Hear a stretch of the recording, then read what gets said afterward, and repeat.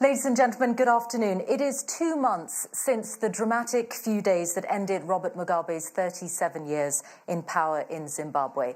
The man who took over, Emmerson Mnangagwa, was close to Mr. Mugabe for nearly all of that time, and before that played a role in the struggle against white minority rule. At his inauguration, exactly 2 months ago today, he said he would focus on economic recovery, and that will be a Herculean task. The IMF calls Zimbabwe's economy one of the most fragile in the world, and with elections due to be held in the next 8 months, progress made by the new government will soon be put to the test of the people. Please welcome the new president of Zimbabwe, Mr. Emmerson Mnangagwa. Thank you.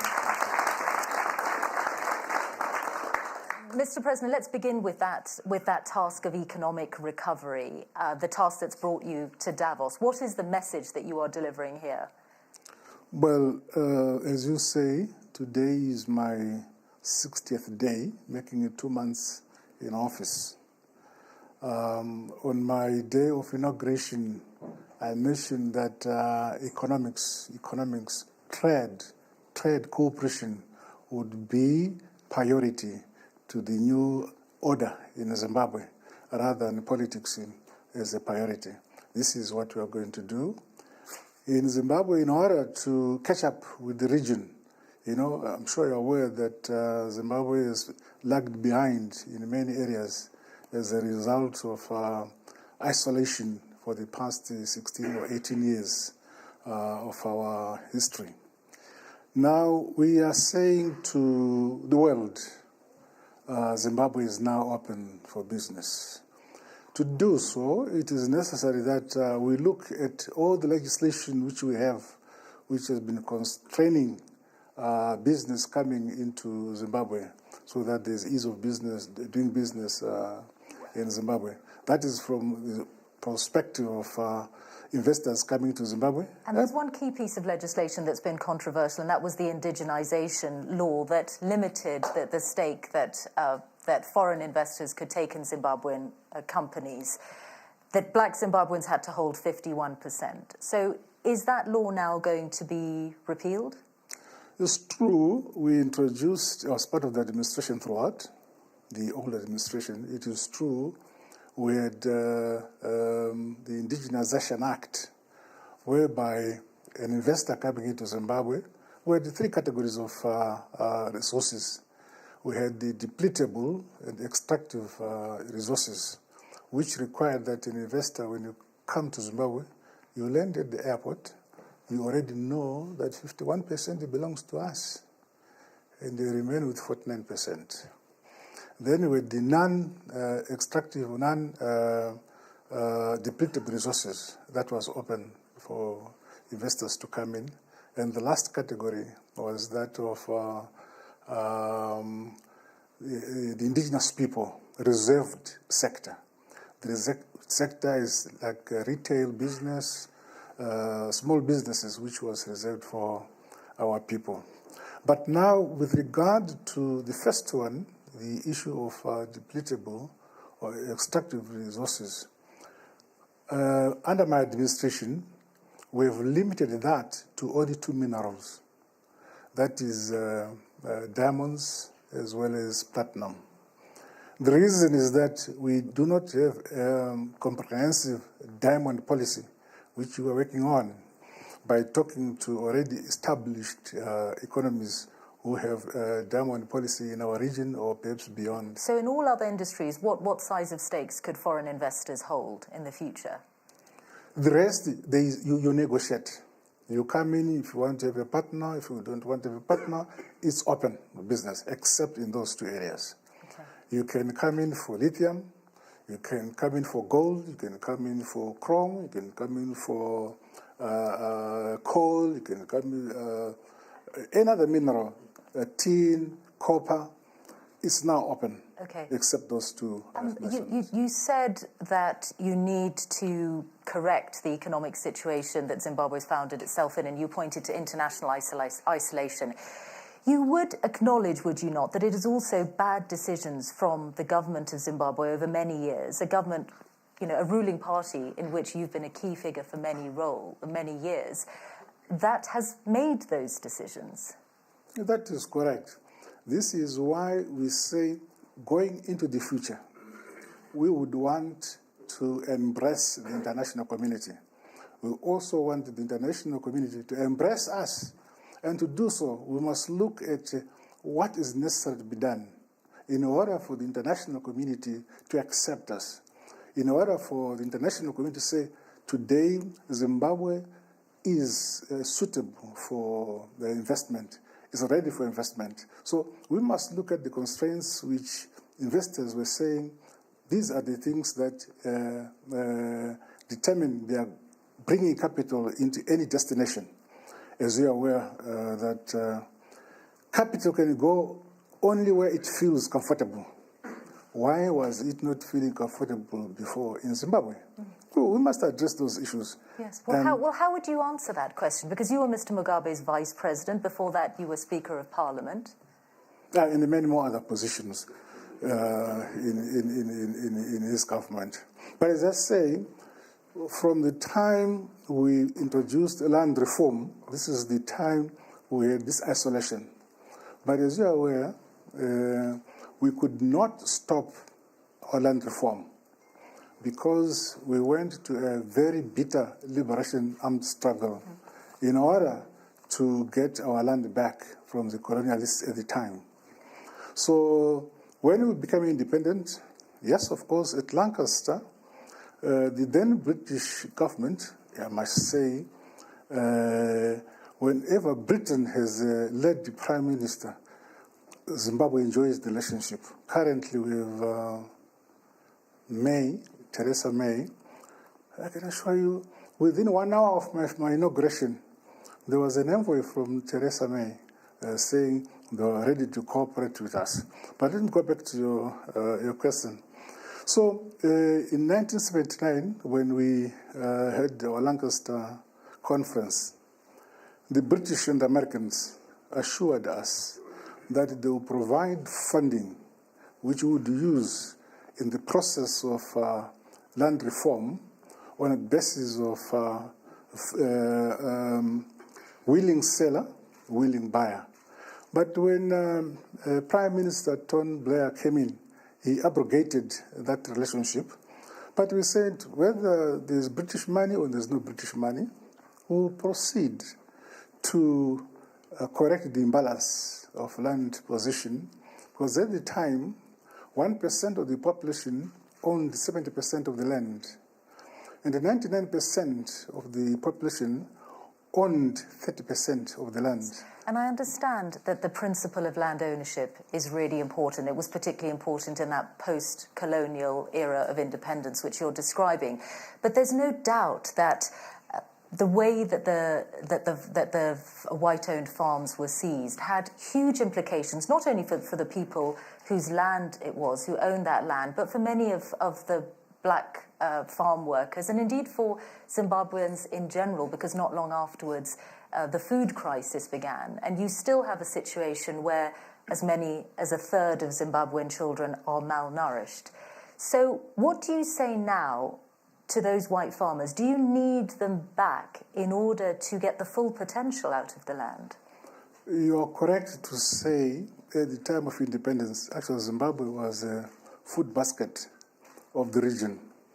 We had to make a decision that we remain without our land and have the little minority cultivate the land and keep the title of being a food basket of the region, or take our land and use it productively until we become a food basket of the region. And I can assure you, the last 3 years, including last year, we now have food surplus since last season. And I have no doubt with the model of agriculture we have introduced now, we should be able to produce enough grain for ourselves, whether there's drought and there's no drought, because we have created water bodies throughout the country, and with support from Spain, support from Brazil, support from Belarus, we are bringing lots of irrigation equipment. Well, the World Food Programme said that even last year there were 4 million Zimbabweans who were food insecure. I am saying the last season, it is possible. In fact, the last 2 decades, we had food deficiency. So what is the position? Country. What is the position on the white farmers then? Because some have come back and some have been welcomed back. Do you want them back? Will they get their land back, or will they be compensated? The new administration, we don't want to think on racial lines that there are white farmers and black farmers. That should be a philosophy of the past. Okay, so farmers who own their land. Farmers are farmers. We have lots of former commercial farmers who have happily integrated into our system by accepting to have their farms reduced or downsized in terms of our ecological regions. We have 5 of them, and each ecological region has a maximum farm size. And those who have accepted have remained, and they're participating in our agricultural production and development. And we value their skills, absolutely. But at the end of the day, even the African farmer must also be trained, must be supported, must be capacitated by government. It's a deliberate policy we are making. As I've just mentioned, that since last season, we now have food surplus. The consumption of grain in our country is about 1.5 million metric tons per year, but this time of nearly 3 million metric tons, which means that the 1.5 plus 500,000 metric tons for strategic reserve, that makes 2 million metric tons of grain. The balance above that is now available for export. And we also now know, under the current model, that we need X amount of hectarage in Zimbabwe under grain so that we get the amount of grain which we want. And in this particular instance, we need 400,000 hectares of land under what we call command agriculture. And those who voluntarily enter the program, we supply them with the 5 requirements for their piece of land they will have put on the program. That is, they will have seed, fertilizer, chemicals. Mr. President, you clearly have big plans for the future, and you're at the start of your presidency. But I think it's really important to talk about the past, both because of what Zimbabwe's been through and because you have been a leading light in the ruling party for almost all your life. What would you say then? Let's address one particular phase in Zimbabwe's history, and that was the period in the early 1980s when you were in charge of state security and when terrible massacres took place in Matabeleland. Do you acknowledge that you were in a position of power when those massacres took place? I was Minister for National Security, that's National Intelligence. That is correct. We are not saying the past must be thrown away from history. It has happened, it is there. Currently, just a week ago, I have signed a bill, the National Healing and Reconciliation Bill. I have signed it into an act, and I have signed one of my vice presidents to deal with that one, so that the communities that were affected can air their grievances and challenges, and government, with recommendations from that commission, we should be able to address those issues that are... Is it going to be a Truth and Reconciliation Commission? It's not called a Truth and Reconciliation Commission. It's called a National Healing and Peace Commission. Okay. Yes. And will you be appearing before it? No, they themselves are going to, the communities that are affected. If they ask me to come for any reason, I will. Okay, but then what would you like to say now, 2 months into your presidency, what would you like to say now about how you feel about that time and how you feel about having been in a position of power when as many as 20,000 people were killed in Matabeleland? I understand that those are the figures that are being flighted, but on the ground, I don't think that is the correct figure being flighted in that area. The most important thing is that what has happened has happened. What can we do about the past? We've put up a commission to deal with that issue. That should not stop us to have a better future, where all the communities should be united, should cooperate, should love each other, should work together. This is the message which we have. We are more worried now about how in the future, we should have a united Zimbabwe. The figure of 20,000 deaths came from the Catholic Commission for Justice and Peace. You could just apologize for what happened at that point, and that would be a powerful signal that Zimbabwe is truly moving into an era where it has acknowledged the past properly. In my view, there's nothing more than me putting legislation where a commission headed by a vice president and most eminent persons in Zimbabwe to deal with that issue and make recommendations. At the time in 1987, my former president and the president of ZAPU, the late Vice President Joshua Nkomo, came together and cobbled out a unity accord which ended that conflict. Yes, but I'm asking you, because you've taken over from Mr. Mugabe after 37 years, what is it that stops you saying the words, I'm sorry for what happened in that time, in a way that presidents, prime ministers have apologized for things that happened even many decades before they were in power, as a way of having a proper reckoning with the past? Let me assure you, just recently I had a meeting with the chiefs from Matabeleland, discussed with them. It is them, because I feel there's that bad page in our history, and we would want to correct it. We would want to say, wherever wrong was committed, right, we must say the government of the day must apologize. Wherever a community had suffered any injury, if it is possible to have that injury repaired, we do it. So, as a community, as a government, and as traditional leaders, we have agreed on how to deal with that issue.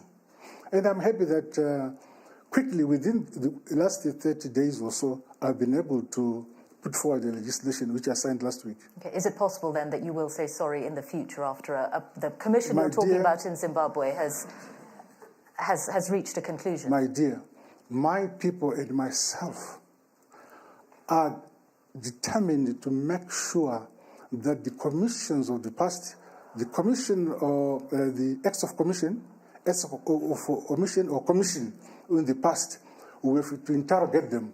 Where the government of the day was wrong, we point out that that was wrong. Where the government of the day was correct, we should say so. And we have put up a machinery to achieve that. I don't know what your problem is, but this is how I'm dealing with the situation. Okay, let's talk about the political process of the future and the political process of the future. Mm-hmm. Elections are due to take place before September this year. Will they take place in that time frame? I don't know who gave you the month of September. In my own view, we want to consolidate and deepen constitutionalism in Zimbabwe. And in terms of our current constitution, every 5 years we are required to submit ourselves to seek a new mandate. So the 5-year term ends in July. The constitution allows us to have elections even 6 months before the last date in July. Because of the introduction of the BVR, a new system of voting which we are introducing, which is ending, I think, on the 12th of February next month. After the 12th of February next month, I'll be able to make a proclamation of elections. So I believe that elections will not be in July. They'll be earlier than July. Earlier than July this year. So within the next few months, elections will take place in Zimbabwe. Correct, yes. And you have said that you will allow in EU monitors and UN monitors? I have said that this time around, Zimbabwe is open and transparent. We want to have free, fair, credible elections, free of violence. If you have that criteria, why would you want to deny international observers coming to our country? Obviously, like in the past, SADC, whether it is political parties in the SADC, whether it's government or it's parliament, it's automatic. They come. This is what we an understanding which is there between ourselves. The same with the continental body, that is the AU, they can observe. But this time I've gone further and said the EU if they want to observe our elections, I will welcome them.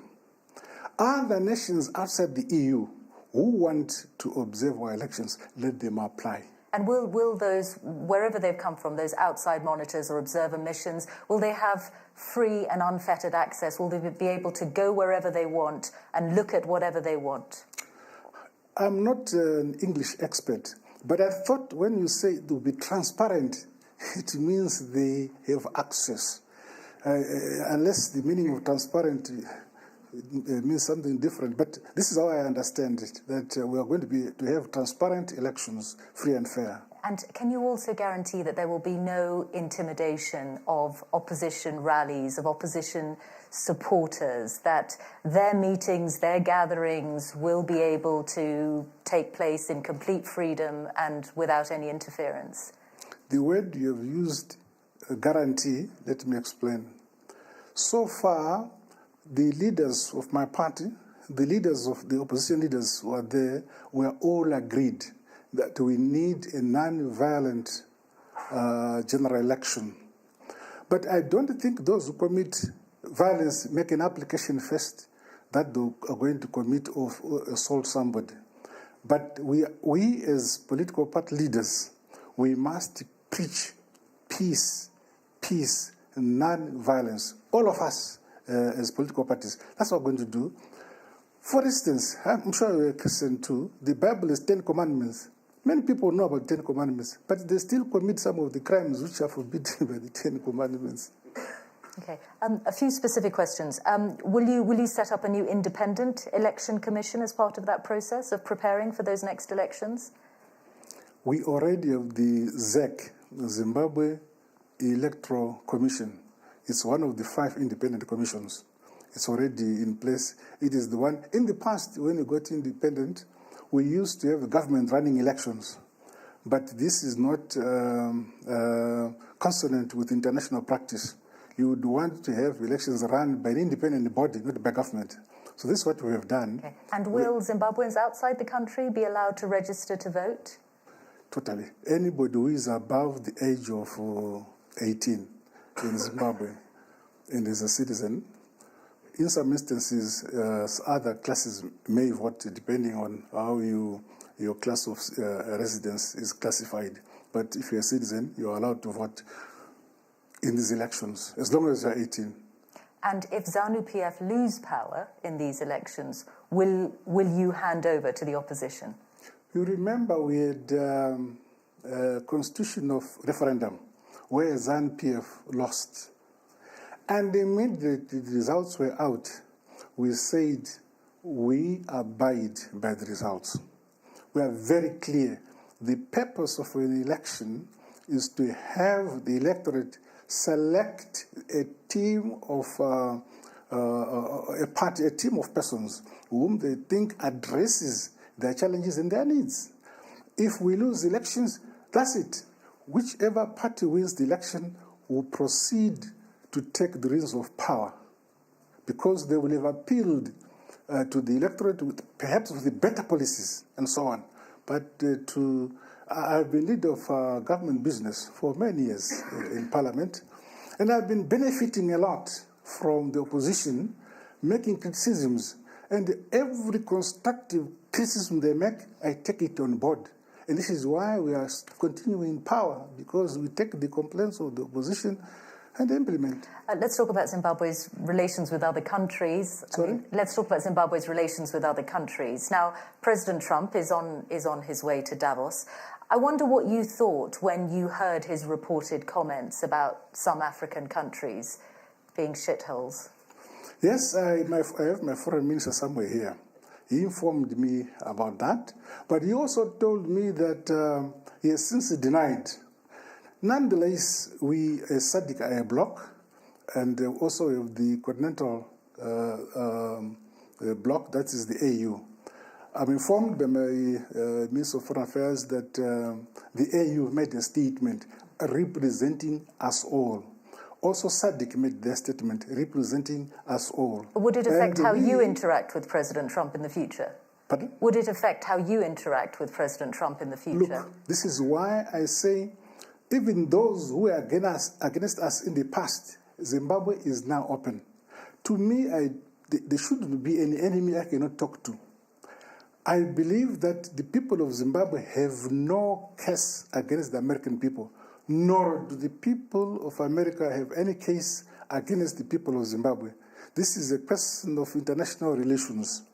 If President Trump came here today, when I'm still around, I'll be able to talk to him. I'll be able to make requests from him and say, oh, Mr. President, Zimbabwe is open for business. I know Americans like to play golf. Come and build golf courses at Victoria Falls. Bring American Airlines, Victoria Falls, build hotels. And they'll give you incentives, 5-year incentives for you to do all those things. We are open. Our people would want to catch up with the rest of the region. What about Britain? Do you want to rejoin the Commonwealth? Now, one of the major points which the envoy from Prime Minister Theresa May, Mr. Stewart, who came to see me within 1 hour of my inauguration, one of the issues he raised was that Prime Minister May would want to know whether I'll be joining the Commonwealth. My reply was that at the time Zimbabwe left the Commonwealth, it was on the issue of the land reform program, which was unfolding in Zimbabwe at the time, and we differed on that one. But now, as far as we are concerned, the land reform program is behind us. All what is there now is the interrogation of it and say, are they people of multiple farms or on issues of boundaries and so on? But the issue is out. And I believe that most of the Commonwealth countries accept that the program is done. So there is no impediment anymore between us and joining the Commonwealth. Yes, sorry, we just have a few minutes left, and I want to ask you about the Mugabes, because you've said already that you have, that essentially you're going to leave Mr. Mugabe to live in retirement. What about Mrs. Mugabe, Grace Mugabe? Have you given her immunity from prosecution? No. We have not given anybody any immunity. What I have promised to my former president and the founding father of our nation, our icon, President Mugabe, is that first we're giving him a package, a very lucrative package which I've given him. But above that... It's reported to be $10 million, is that right? No, that is in the press. What is the figure if it's incorrect? No, there's no figure, but it's a question of he continues to enjoy his salaries, his allowances as before, offices, security, secretariat, things of that nature. Motor vehicles, that's what he could enjoy. Travel by first class. My government will also facilitate him going to Singapore for medical checkup, for medical attention, all those things, including the First Lady. We're going to do that. So, but we're not saying if anybody commits a crime, then the former status will stop the police dealing with that issue. So, but I'm saying that the new administration will do everything possible to make sure the family lives in peace undisturbed. This is what I want. So where is the accountability then? It's clear that there have been many terrible decisions that have been made, decisions that have brought Zimbabwe to the economic point that of which you're aware and which you've described. So where is the accountability for the past, whether on the part of the Mugabes or others like you who have been in positions of power? Whether you want us to go back into history and interrogate the past and say, here, X was accountable, X was accountable.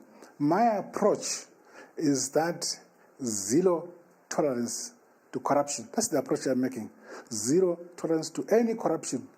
No sacred cow in dealing with that. And if you are following what is happening in Zimbabwe today, so many high-profile persons have been brought before the courts. And this is only in less than 2 months. We are already bringing so many people who have committed these crimes. And the list is unending. And also, I think you're aware that I made a 3 months moratorium for those who had taken assets of Zimbabwe outside the country. And I'm glad to say a few days ago, I had a brief from my governor of the Reserve Bank. Said many people who had taken assets outside and funds outside. Some have brought back the funds. Some are in the process of negotiating. Some say, yes, I took out assets, I took out little funds out of the country, but I've invested these funds in buildings in Dubai, some in the UK, and so on. So what do I do? So we say those things can be negotiated properly and quietly. But those who have taken funds outside and do not come forward, I have the list. Because the banking fraternity, the financial service sector, has been able to give us who took funds out, and we have that. Finally, Mr. Mnangagwa, how long do you want people to give you before they judge you on your record? You've only got a few months till elections, but assuming you win that, how long before you are willing to be judged on what you have delivered for Zimbabwe? It is better to begin judging me on day one, so that I keep awake to my promises and the aspirations of my people. I mustn't be given a sleeping period. They must every day point out to me the areas of weaknesses, gray areas, so that I address them. I'm not an angel. I'll be making mistakes, but I would love to be told the mistakes I make or my administration is making, so we quickly correct such instances. President Mnangagwa, thank you very much. Thank you, Madam.